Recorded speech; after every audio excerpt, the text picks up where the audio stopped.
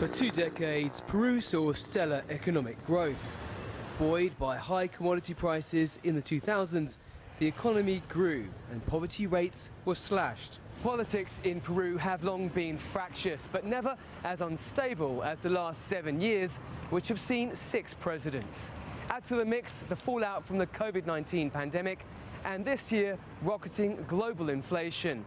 And the foundations of the economy are looking less and less firm. A delegation from the Organization of American States visited Peru this week to offer a way out of a political impasse that sees the government and Congress at loggerheads. The visit came at the request of the embattled Peruvian President Pedro Castillo, who is under investigation for several cases of alleged corruption, which he denies. After little more than a year in office, he cycled through nearly 70 ministers. His third finance minister of the year suggested the political turmoil was affecting foreign investment. In the long term, we obviously need variables such as investment, for example, in the short term, but much more so in the long term, because investment, especially direct investment, which generally comes from abroad, implies expanding the productive capacity of the economy. In September, Borneo launched a $773 million stimulus package with incentives for private investment and mining, which make up most of the economy.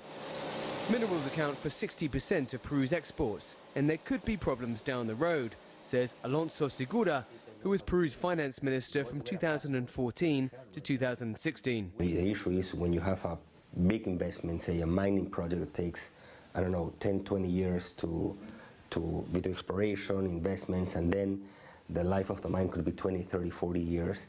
You need to look into a very long-term horizon, and that's when the uncertainty kicks in. This month, Peru's finance ministry lowered its economic growth expectations for 2022 from 3.3% to less than 3%. Analysts say it's more like 2.5%.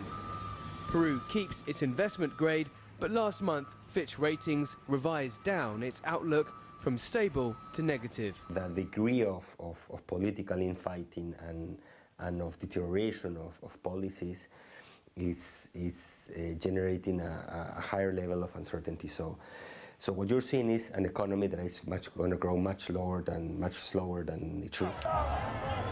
The political noise used to be part of the background. Now it's become so loud that it's bleeding into the economy. And as ever, the poor are the first to feel the crunch. Dan Collyns, CGTN, Lima.